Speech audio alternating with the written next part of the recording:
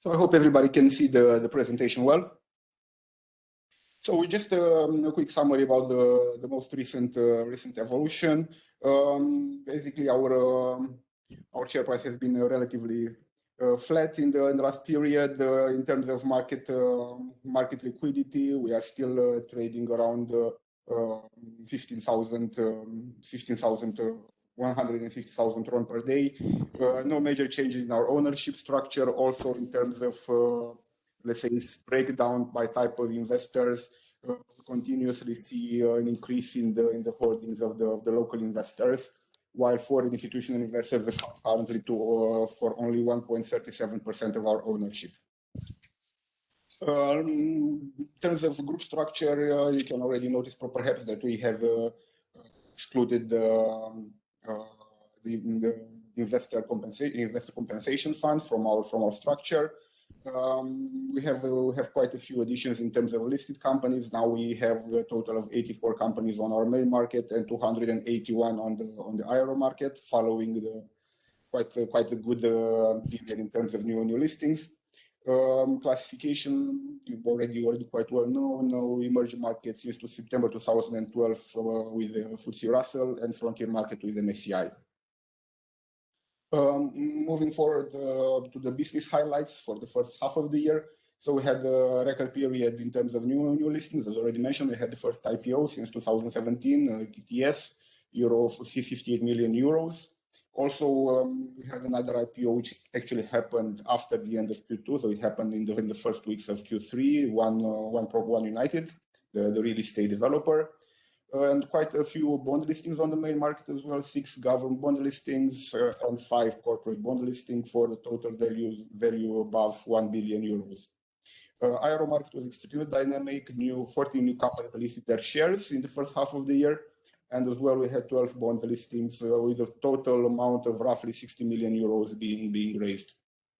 In terms of market evolution, we continue reaching new heights almost on a weekly basis, while the valuation still be rather attractive, especially in comparison with the developed markets.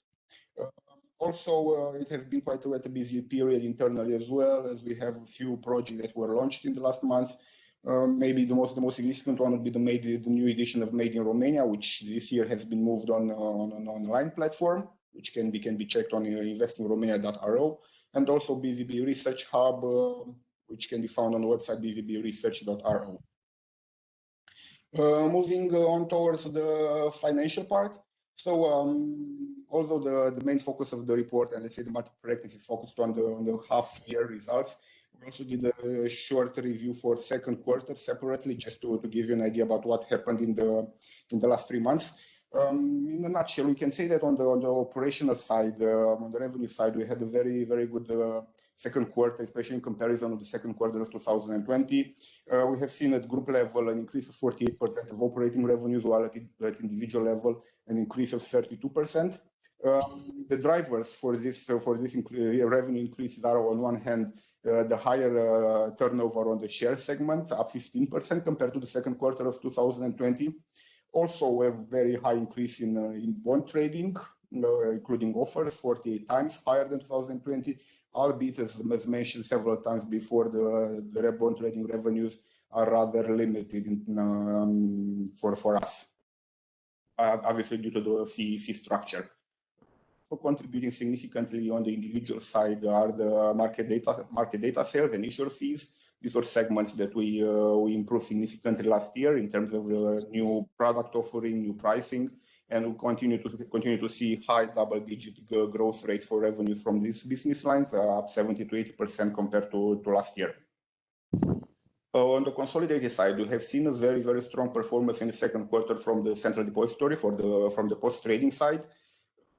48% increase in revenues and a 51% increase in net profit, mainly as a result of both one-off operations, and here we speak mainly about some squeeze-out offers, some changes in ownership among state-owned companies, but also on the, let's say, sustainable, on the recurrent side. An important revenue source for the central depository is the fee charged to the custodians holding their assets with the central depository. And as the value of this portfolio goes higher, definitely the fees taken for this service are increasing as well. The difference, moving on from the operating towards the net profit, we have seen significant decrease in second quarter for financial results. So we have a 40% decrease at both individual and consolidated level. There are mainly two reasons for this. Looking at the individual side, we have the intra-group revenues, mainly the central depository dividends, which usually were paid in second quarter of the year. This year they will be paid in the second half, most likely in September, so they will be accounted in the third quarter for an amount of roughly RON 500,000.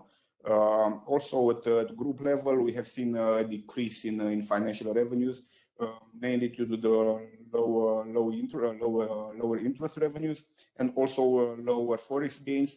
Here there is on one side, basically here the main culprit, the main reason is the cash standing in the accounts of the CCP, which last year basically was held in RON and carried higher interest rates. Since then it was exchanged to euro.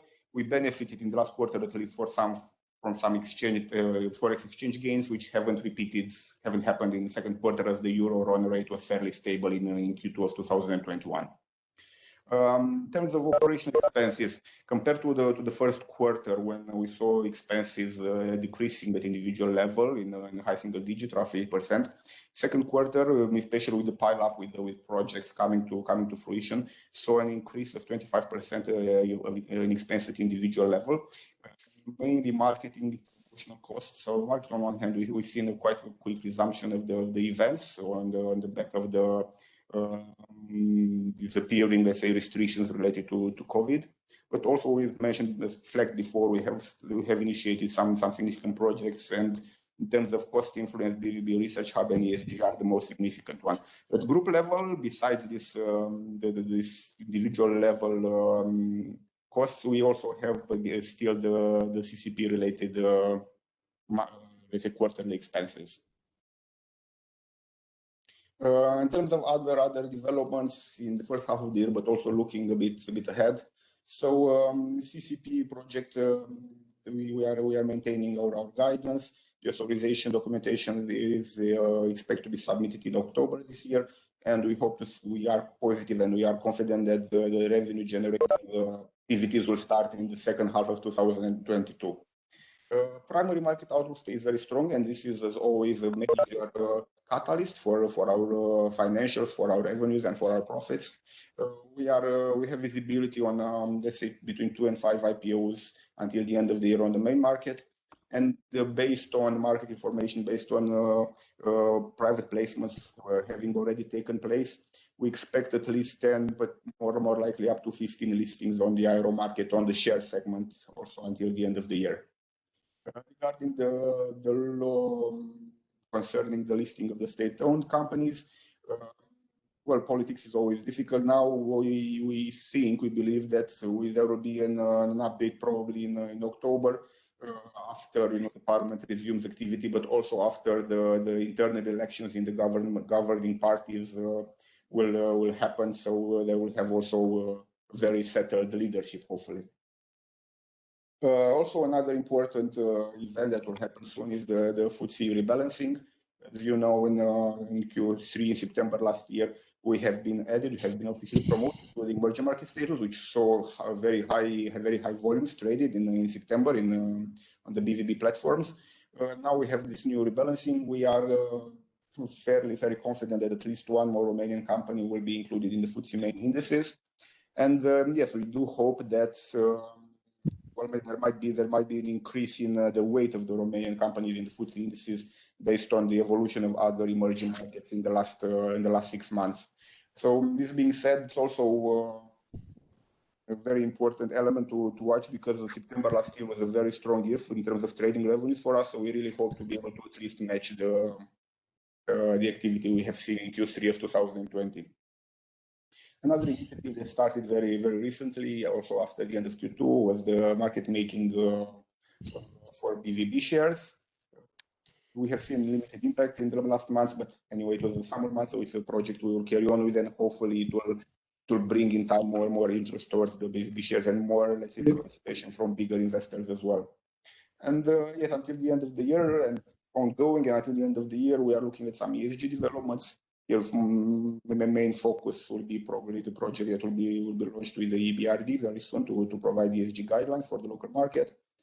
We are in discussion with potential providers of lending and borrowing platforms. This is something that also we see as having a potential major impact on the liquidity in the local market in the future. As we know, the real free float for the Romanian companies is rather limited, and we see this as a barrier for the daily trading averages. So we do hope that by implementing lending and borrowing possibilities for the local investors as well, not only for the foreign ones, there will be maybe more activity and more, let's say, speculative trading and participation from other types of investors as well. We are looking also at other developments for BVB Research Hub, more functionalities there. And also, as we have already announced, we are in the, let's say, advanced stages of starting our index for the Euro market, which hopefully in time will bring additional products and additional interest towards the market, especially on the back of the high number of new and exciting companies being listed there. Yeah, in terms of just to put everything, in a broader picture, we reiterate our let's say strategic objectives to double the market liquidity, and basically just to kind of align what we have presented so far with the major strategic direction. We have this increase in the retail investor base, and this can be, for instance, in this respect, this BVB Research Hub project, which we hope to gain a lot more traction in the coming quarters, is we believe a very interesting tool, attracting more issuers. That's something that's already happening to some extent, maybe even beyond our initial expectations, especially on the Euro market. The derivative market and all the functionalities that come with the CCP is obviously a huge development. We cannot wait to have functioning and bringing also revenues for the BVB group. And yeah, we have improving transparency coverage. Obviously, we are working on the ESG side, corporate governance, and so on. We also announced recently in this respect a collaboration with Envisia, which is one of the largest providers of financial education in Romania, and we're going to support some of their programs dedicated for the corporate governance of the listed companies.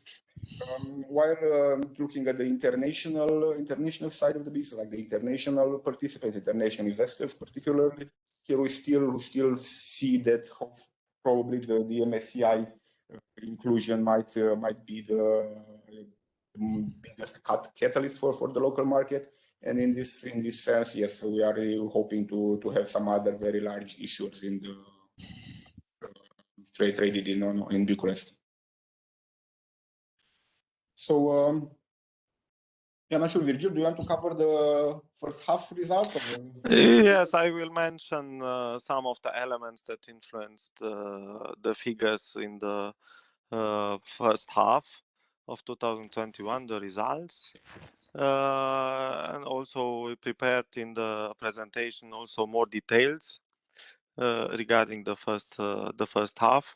You also mentioned, Remus, you mentioned some of the elements that influenced the figures in the second quarter. Probably we'll mention also as main factors for the first half. But from my point of view, so an important part was the payment of the dividends for the 2020 results in June this year, over 8.5 million RON. Also, I would like to comment regarding the presentation, the slide from the group structure. So from the financial point of view, and also the fund, the compensation fund, is also still part of the group, and in the financial figures it was consolidated but presented also as a discontinued operation according to the IFRS requests. We are expecting these days the payment of the shares held by BVB in the compensation fund, and from this point we will consider that the compensation part is no longer part of the BVB group. So the picture from the beginning is more as an is close to the future structure of the group, BVB with another two companies, the Central Depository and the CCP. So I'm sure you saw in our presentation our figures that this time in our and also in the last period we have also the individual results and the consolidated results, and I will speak a little bit about the consolidated results. Here I'm sure you saw that our net profit is lower than the individual results. And in the first 6 months, even if we realized an increase of 7% in our operational revenues, and this is coming also from the trading part, from the BVB, and also from the Central Depository increase in revenues. We do have a much higher increase in percentage and also in value on the operational expenses side, as expected, to say so. So we did expect this influence in the consolidated result, and it's even better than my expectations for the first 6 months, and this is mainly or generated from the CCP project. And as you know, the CCP project is a very important project for us, and it is true at the beginning, as mentioned also in the plan, in the business plan presented in 2019. At the beginning, our subsidiary, the CCP, until the start of the operation, will generate some losses, operational losses, and also the net losses. So we can say that the main part of this increase in the operational expenses is coming from the CCP subsidiary, and it's as expected, and is due to the process of authorization as a counterparty, central counterparty. We do have also some increases of the operational expenses in BVB and the Central Depository, but it's also this increase is in also an effect of the lower expenses in the first half of 2020 due to pandemic. We had to stop some of the projects and also to rethink the project. So it took, as probably for many companies, it took some time until we found the best solutions to reorganize our projects, mainly in on the promoting of the Romanian capital markets part. As Remus mentioned, we have now new projects that started at the end of 2020 or in the second half of 2020 and continued or were launched in 2021 as the research hub. and also the ESG part. So the net profit was lower than the same period results in 2020 on the consolidated side. Regarding CCP, as we mentioned in our report, the activity also, the main activity started in the second half of 2020, which means that also the main expenses started in the second half of 2020 and also were generated in 2021, and we can say we can expect also in the next period the same level from this point of view. From the individual result, yes, we have the operational revenues. Even we can see in the figures a decrease of 6%. But taking out the intercompany revenues that were it was one-off in 2020, we can say we are on the similar level as in 2020, even with a small increase.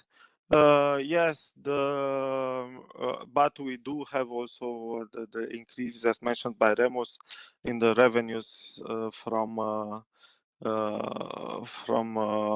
the taxes of maintaining our issuers and data vending revenues. And this regarding the operational expenses, as we mentioned, also mentioned part in for the operational results, we have an increase of 8%, and it's mainly due to the projects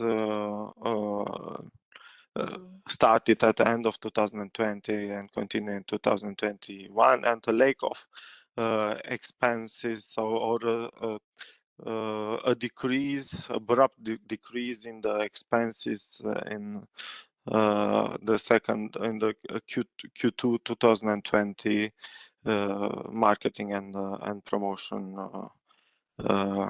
expenses, which are organized as events and promoting the capital market.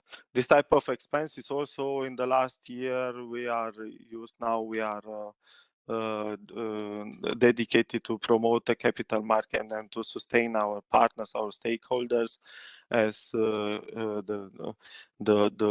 participants of the brokers and also the issuers. And we can say that in this period we do launched projects on all the for all our stakeholders, and we are supporting them in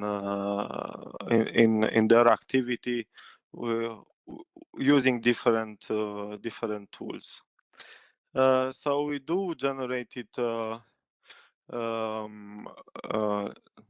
almost 3 million RON as operational result in 2021. If we compare with the first half of 2020, we had that time 4.3, but taking out the almost 1 million RON that was the intergroup revenue, we are also in the same range, with a smaller decrease than the 32% in this part. Now, our net financial result recorded also for the individual, for the BVB individual, recorded also a decrease. And here we have an impact of a lower result from our from the central depository, from our subsidiary central depository, which recorded a lower result in 2020. So we also had a lower amount recorded as dividends from central depository in 2021 compared to last year. So is this cutoff thing each year for recording the dividends. So net profit of almost 3.6 million RON for the individual result, which will be also at year end the base for paying the dividends in time. So I mentioned about the compensation fund. These are the main elements. So of course that we have also in our presentation other details. So the trend in our revenues and how that was influenced by the trading activity on slide 12. Yeah, we can mention here the very nice increase in our trading revenues from aero market, almost 4 times. Even the figures are low, 600,000 RON. For us, it's an important indication that regarding the interest of our retail investors and the interest in the Bucharest Stock Exchange aero market. The trading revenues from the regulated market, so mainly from shares, followed the activity, the trading values, yes, with a decrease of 40%.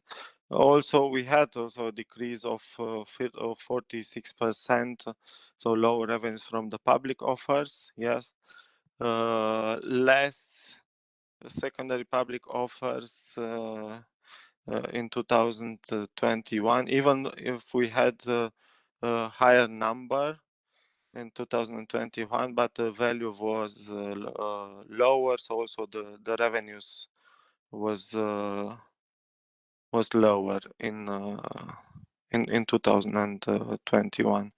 Yes, on slide 14 we have the post-trading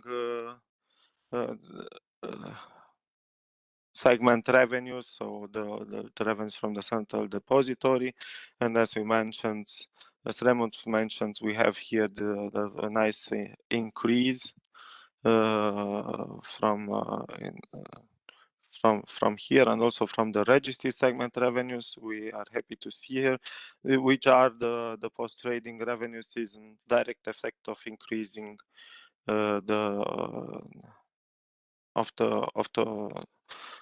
stocks price in the second semester of 2021. We have on slide 15 the explanation regarding the operating expenses and the main influences on this. We can see here, so regarding the CCP subsidiary expenses, that these expenses are coming from the personnel expenses. We have here an entire team that is working in order to send the authorization files to FSA in order to obtain the authorization as CCP, hopefully next year.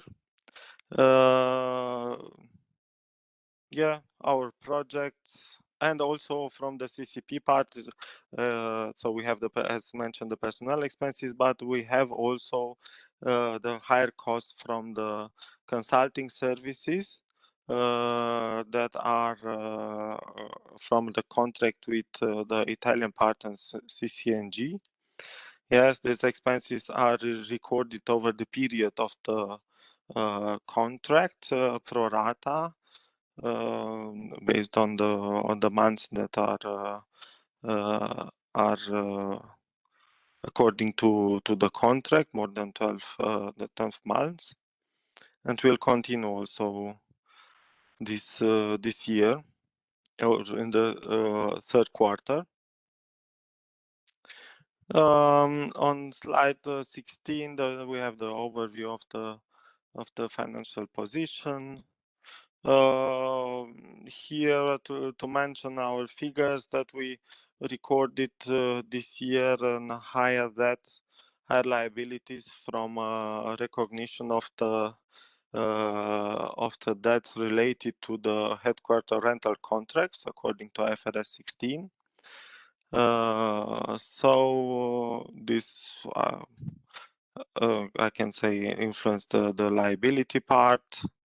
The rest are some normal elements and influences for us. So I think I covered the main positions.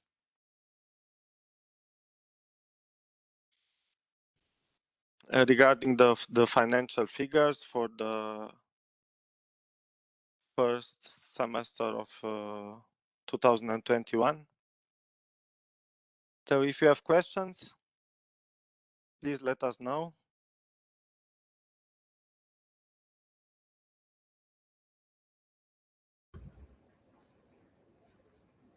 Hi, yes, this is David from Wood. I actually have a question on the sort of non-trading revenue services. I understand that some of these were one-offs, the large increase that we saw in the second quarter.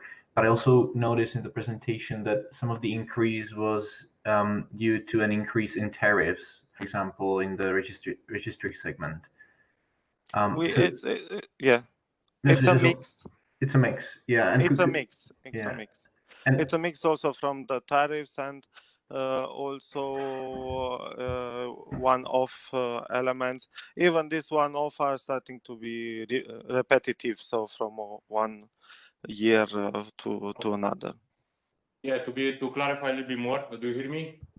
Yeah, I do. Yeah, just fine. Clarify a little bit more. So yes, at the BVP level, individual level, was an effect of increase of tariff for the maintenance and for the data pending. Yeah, it's a different effect. But at the central depository level, when we have experienced also some operational revenues or higher operational revenues, it's a part which might be recurrent, which is at the custodian fees. Yeah, custodian revenues, the fees are the same in percentage, but the base is higher because the value of the assets has increased. Yeah, because the prices has increased. And but at the depository level, they have also some one-offs due to some revenues created by some free of payment transfer, because some shareholders at the government level has changed for the state-owned companies. Yes, so right. They have transferred some stakes to a minister to another minister, so we are charging this, and also some squeezed out operations. Yeah, performed from the IRO market. The former Razdak market, some very old companies staying there has delisted the companies, and they have performed some squeezed out operations, and within this operation, the central depository is creating some revenues. So this is the picture. Yeah? But at the BVB level, everything is due to the increase of the tariffs, which we have performed last year, and the results are coming because you could see the result this year, and these are recurrent revenues. Yeah. Right. And so if I was to ask about the split, so I mean the growth of these that were due to one-offs and the growth that was sort of something recurrent. I mean, is that something easy to calculate, or am I asking to? No, we can provide you this split. We can calculate. It's mainly part. I think the bigger part is from the increase of the level of from the custodians. portfolio, and the taxes and the fees that we are taking from this. Understand. Okay. So bigger part is something recurrent rather than the one-off. Yes. Mostly. Cool. But Understand. we'll do the calculations. We'll provide the figure, the exact figures. Unfortunately, you don't have these indicators now. No, that's fine. Thank you. It's just like to understand or to see where the level or the recurrent level of these sort of non-trading services could be going forward. And some information, page 9 in our report. Page 9. Services, how much? In our report, you can take, so we have the split in our segmentation note in our report at page 30, note 6, segment reportation. And here we have the business segments. So we have the trading, the post-trading, and the registry. And you can see the post-trading. Yes, we have here separate the post-trading and the registry. So, and we can see here the revenues from the first half. So 6 million from the post-trading. So we can see here also this custodian, this fees from the portfolio held by the custodians, which is part of the 6 million. And in 2020 we had 5.1 million, so almost 850,000. And on the registry side, there was a 3.4 million in 2021, and 2.6 is also in 2020. So, and part of this decrease, yes, it's coming from the one-off, but we don't have exactly the part here that we will provide you. Great. Yeah. Thank you very much. Yeah, and that's all I had. So I'll give. Thank you. Yeah. No, thank you.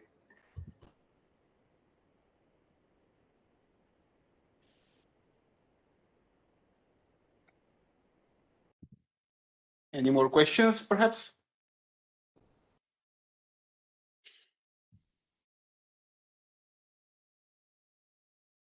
So yeah, the CCP, it's because I want to emphasize again the CCP project. You are working for the authorization documents. We will put the first application.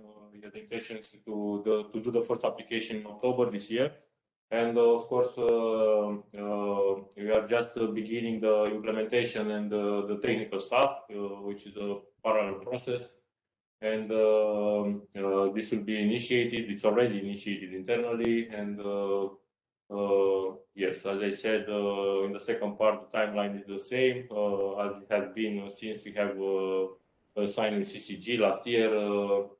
The timeline is to have the operations available, so the CCP acting and the derivative markets authorized in the second part of next year. Of course, as we have assumed from the very beginning, the CCP is creating a lot of operational costs. This year, the first half has been good. Probably the second half of the year will be worse than the first half in terms of losses. And this will repeat exactly next year in terms of values. Hopefully in 2022 we'll have operational revenues, and according to our estimates, could reach in terms of bottom line of the CCP in 2022. In 2023, actually, to have zero losses at that year, at the CCP level. But the next year will be the same as this year in terms of financial results.